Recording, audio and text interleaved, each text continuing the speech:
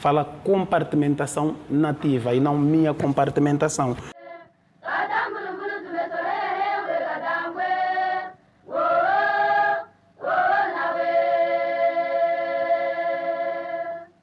Obrigado pela palavra que me é dada.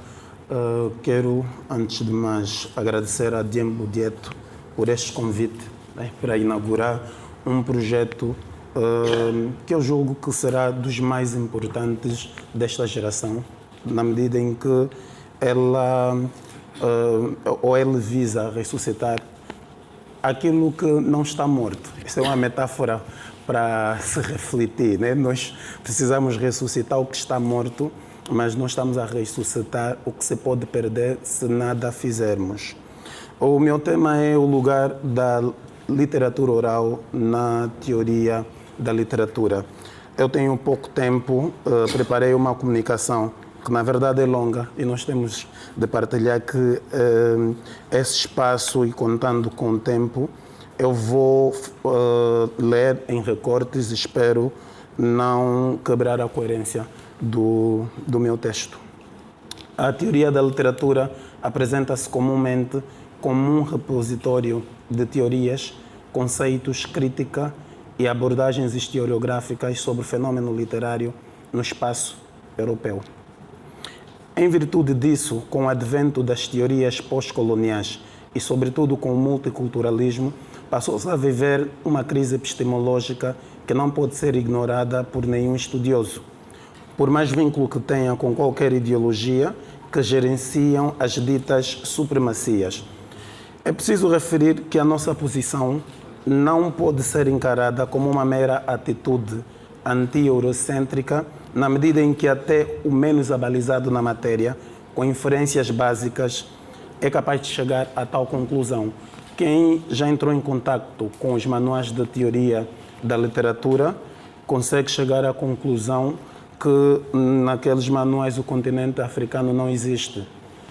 E se abrirem algum espaço para o mundo, vão falar do mundo asiático, em gêneros específicos como o haiku e etc. Mas há teóricos, por exemplo, como Aguiar e Silva, que falam nesse quadro da teoria da literatura sobre a literatura oral, mas no quadro da distinção com a literatura escrita. Eu não quero ser percebido como um panafricanista, um eurocentrista e etc. Não estou a me inscrever também num espaço conceitual de desobediência epistêmica, para plagiar aqui Walter Mignolo. Então, hoje, com essas teorias pós-coloniais, a teoria da literatura entrou em crise. E essa crise a que nos referimos tem que ver, em primeiro lugar, com o modo acrítico como muitas dessas teorias foram concebidas, privilegiando-se princípios científicos proibidos pela ciência, como a subjetividade, ignorando-se parte dos materiais que compõem a ontologia da literatura, escritor, obra e leitor. Em segundo lugar, com a pós-colonialidade, o outro, o não tido e o não achado, passa a reivindicar direitos que lhe foi negado anteriormente e percebe que se procurou conceituar o mundo tendo-se como referência apenas uma parte deste e o outro excluído, afinal, é ele. Né? Para o mundo é essencialmente europeu ou ocidental. Nós não podemos definir o homem a partir de o homem de uma forma geral, a partir de entidades localizadas em setores bastante específicos, com culturas próprias, muito diferentes da nossa. Nós devemos perceber a literatura como uma construção humana e, como construção humana, ela faz parte da antropologia cultural. Se eu procuro teorizar a literatura mundial, eu devo ter em conta todas as culturas mundiais. E esse processo não foi tido em conta no âmbito da sistematização do fenômeno literário. Por isso é que, sobretudo no âmbito do multiculturalismo, com as teorias culturalistas e etc., a teoria da literatura não tem conseguido sobreviver e não só no espaço africano, até mesmo no espaço americano, onde também a pós-colonialidade ganha força. É que quando nós pensamos em pós-colonialidade, estamos a pensar apenas em África. O continente americano também passou pelo mesmo processo e os teóricos daquela parcela continental também vêm reclamando o seu espaço no âmbito da teoria da literatura. Por esse motivo, o professor Abreu Pache chegou à conclusão que a teoria da literatura ocidental retirou o mito, o imaginário, as narrativas e com eles o provérbio do contexto literário. Parecem formas não literárias, mas são expressões literárias. O professor António Fonseca já definiu aqui o que é literatura oral, mas lembrar o conjunto de todos os contos, lendas, fábulas, provérbios, adivinhas, poesias, narrativas e etc., criadas pela alma artística do povo angolano e foram sendo transmitidas oralmente através dos séculos, de geração em geração até os nossos dias. Este é o padre Duarte, referindo-se à literatura tradicional angolana, que é essencialmente oral. Essa expressão literatura oral, literatura tradicional, essas expressões todas carecem de uma maior análise porque, sobretudo, a expressão literatura oral, ela vai contemplar até as narrativas implícitas em desenhos, como Sona, que são os desenhos chocos, feito na areia, nas próprias pinturas rupestres há narrativas e tudo isso entra no universo da literatura que nós chamamos de oral, ok? O que eu quero dizer é que aquilo que iniciou o que nós hoje designamos como escrita, que são esses desenhos, pictogramas, ideogramas e etc., estão dentro daquilo que nós chamamos de literatura oral. Ok? Porque nós não encontramos uma designação como tal. Então, daí surgem questões do tipo como explicar uma literatura como a nossa, que resulta do cruzamento, a partir dessas teorias literárias, a partir da teoria da literatura, como é que nós vamos explicar uma literatura como a nossa, que resulta do cruzamento da literatura de tradição oral e da literatura portuguesa escrita?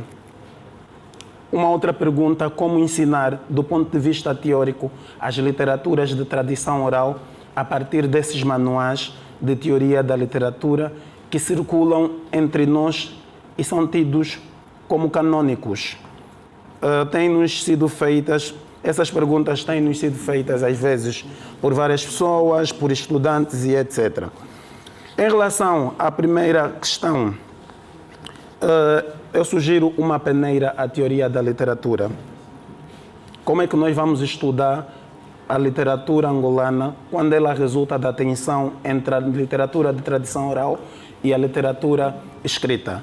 É fazendo uma peneira à teoria da literatura e esta levará o crítico, o professor, a se servir dela naquilo que ela tem de mais geral e universal e que pode ser aplicado à nossa realidade sociocultural. Para ser mais explícito, muitos dos períodos literários estudados de forma fervorosa e minuciosa em Angola, como o barroco, maneirismo, classicismo, entre outros ismos, constantes no livro de teoria da literatura, de autores como Aguiar e Silva, deveriam dar espaço a outros conteúdos que realmente ajudariam o estudante angolano a compreender-se e a compreender teórica e criticamente o fenômeno literário com o qual se relaciona. Dando-se apenas algum resumo dessas teorias para a cultura geral. E eu estou, neste âmbito, a me lembrar, por exemplo, dos manuais de língua portuguesa do ensino secundário. Alguns manuais, acho que é o da 11ª ou da 10ª, alguns desses manuais são mais dominados por vezes por autores portugueses mais pela literatura ocidental, mais do que pela própria literatura angolana. E eu fico sem entender que caminho é que nós queremos traçar, que povo é que nós queremos realmente construir, quando os nossos manuais são concebidos lá fora por autores estrangeiros que não dominam a nossa cultura e a nossa literatura. Eu coloquei duas questões. A segunda delas, como é que nós vamos ensinar a literatura oral? Nós precisamos visitar os índices dos principais livros de teoria da literatura usados em Angola. São eles Teoria da Literatura, de Vítor Manuel, aqui eu já estou no ensino superior, Vítor Manuel de Aguiar e Silva, O Conhecimento da Literatura, Introdução aos Estudos Literários, de Carlos Reis, 2 autores portugueses, A Teoria da Literatura, de René Welleck e Austin Warren. São os 3 principais livros. Nesses 3 livros, a literatura oral, que deveria emanar as teorias que nos ajudariam a compreender a nossa cultura, nós encontramos quase que nada. E eu vou aqui apontar para a definição de literatura e o contexto em que ela surge. Isso tem influenciado muito nesse problema de sistematização. Primeiro é que ela nasce num contexto de uma cultura que já estava amadurecida em termos de escrita alfabética. E essa palavra é muito tardia. E quando ela começa a emergir dentro dessa cultura, onde o alfabeto já estava enraizado, falo da cultura greco-romana, né? Primeiro na Grécia e depois em Roma, eles já não estavam a transitar para um outro estágio. Platão vem sistematizado, depois Aristóteles e etc. E esquece-se que essa cultura escrita de tradição greco-romana também partiu da literatura oral. Por exemplo, a literatura portuguesa, quando nós falamos da literatura medieval, é literatura oral.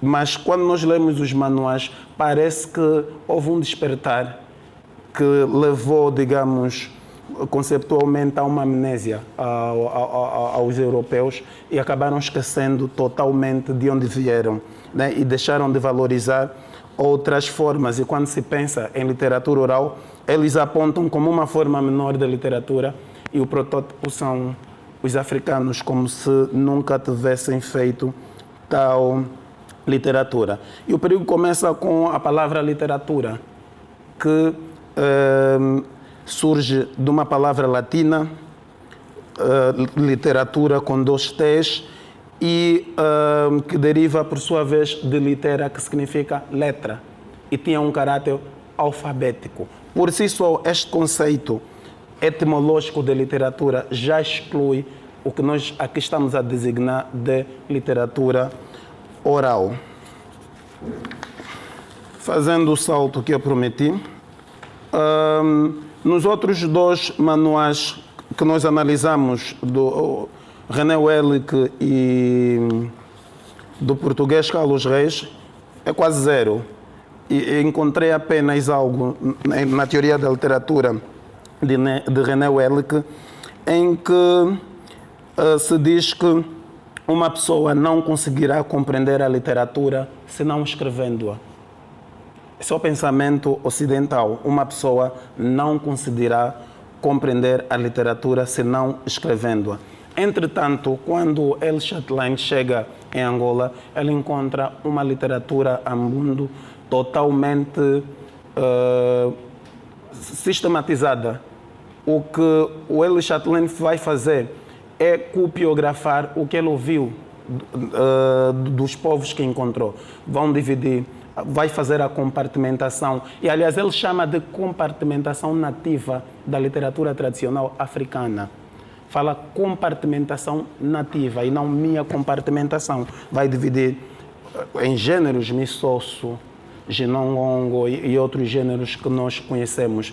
Para dizer que mesmo nessa cultura oral, nós crescíamos até do ponto de vista da sistematização do próprio conhecimento. Estava lá tudo implícito. Então, em virtude de tudo que foi dito, a literatura oral encontra-se na teoria da literatura na memória olvidada. E no implícito dessas teorias, que foi produzida até o final do século XX e princípios do século XXI. Por consequência, hoje, com o advento das teorias pós-coloniais, ela é profundamente questionada por ignorar ou prescindir de artefactos culturais de outros povos e resumir-se praticamente na cultura europeia, que procurou explicar o mundo a partir de si. A cultura europeia explica o mundo a partir de si. Por este motivo, cabe ao teórico e crítico angolano revisitá-la, criticá-la, reformulá-la.